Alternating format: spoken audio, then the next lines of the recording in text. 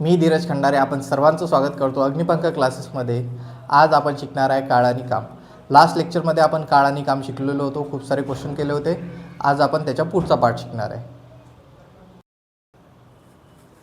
5 पुरुष एखादे काम 12 दिवसात करतात, 8 महिला तेच काम 15 दिवसात करतात, तर एक पुरुष बरोबर किती महिला? जर याची क्षमता एका दिवसात काम करण्याची बरोबर असती तर काहीच फरक आला नसता, बरोबर। 5 पुरुष एक काम 12 दिवसात करतात, ठीक आहे। क्षमता गुणेला वेळ बरोबर आपलं काही काम 12 पंच 60, करेक्ट। काम सारखंच आहे, 8 महिला तेच काम 15 दिवसात करतात, 8 गुणेला 15 क्षमता गुणेला वेळ म्हणजे आपलं काही काम। हा जो फरक आला, काम तर सेम यायला पाहिजे असतं, पण काम सेम आलं का? नाही। माणसांनी काम केलं ते आलं 60, स्त्रियांनी काम केलं ते आलं 120। काम जे आहे ते दुप्पट झालं। काम दुप्पट का झालं? कारण यांची क्षमता सारखी नाही। म्हणजे एक पुरुष जे काम करत होता ते काम करण्यासाठी आपल्याला किती स्त्रिया लागला? 2 स्त्रिया। म्हणजे एक पुरुष बरोबर किती स्त्रिया येतील? 2 स्त्रिया। 2 पुरुष किंवा 3 स्त्रिया एक काम 4 दिवसात पूर्ण करतात, तर तेच काम एक पुरुष व एक स्त्री किती दिवसात पूर्ण करेल? 2 पुरुष किंवा 3 स्त्रिया म्हणजे काय? किंवाचा अर्थ काय? ते बरोबर। म्हणजे 2 पुरुष जेवढं काम करतील तेच काम 3 स्त्रिया समान दिवसात करतील। समान दिवस म्हणजे किती? 4 दिवसात पूर्ण करत आहे। पुढे काय म्हणत आहे? तर तेच काम एक पुरुष व एक स्त्री किती दिवसात करेल? एक पुरुष आणिचा अर्थ काय होते? बेरीज। आणि एक स्त्री किती दिवसात पूर्ण करेल? आपल्याला काय काढायचे? दिवस। तर आपल्याला आधी काढावं लागेल की एक पुरुष बरोबर किती? 2 पुरुष बरोबर 3 स्त्रिया, तर एक पुरुष बरोबर 3/2 पुरुष। आता इथं आपण 3/2 स्त्रिया अधिक एक स्त्री म्हणजे किती? 5/2 स्त्रिया। आपण यांची केली बेरीज म्हणजे आपलं उत्तर येईल 5/2। 3/2 अधिक 1, आपल्याला छेद समान करायला म्हणून 2ने गुणू आणि वरती पण 2ने गुणावं लागेल। 3 अधिक 2 भागिले 2 म्हणजे आपलं उत्तर किती येईल? 5/2। पुढे काय म्हणत आहे की एक पुरुष आणि एक स्त्री किती दिवसात काम करतील? म्हणजे किती आला आपल्याजवळ? एक पुरुष आणि एक स्त्री म्हणजे 5/2 स्त्रिया।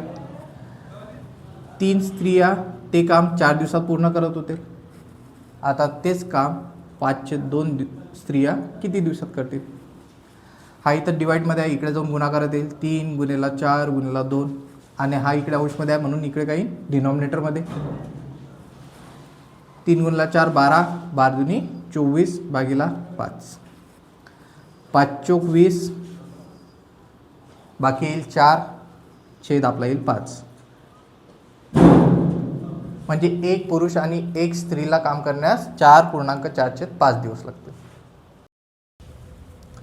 40 मजूर रोज 12 तास काम करून एक काम 30 दिवसात करतात, तर तेच काम 20 मजूर रोज 5 तास काम करून किती दिवसात संपवतात? बघा, जेव्हा असा प्रश्न येते तेव्हा आपल्याला ही गोष्ट समजून घेणं गरजेचं आहे की यांची जी क्षमता असेल, हे 40 मजूर आणि या 20 मजूर यांची क्षमता काय असेल?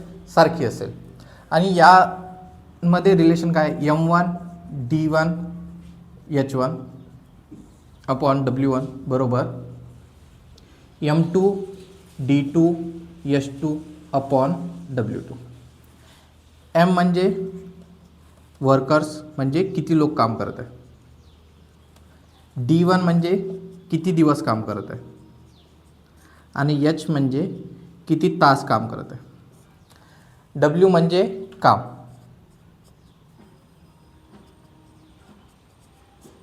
हे वर्कर्स म्हणजे आपले मजूर, ठीक आहे। आता बघा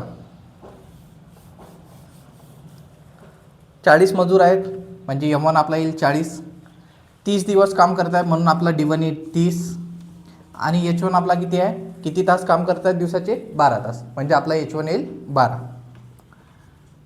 आता यांनी आपल्याला काम सांगितलेलं नाही आहे म्हणजे आपलं काम किती येईल? 1 बरोबर।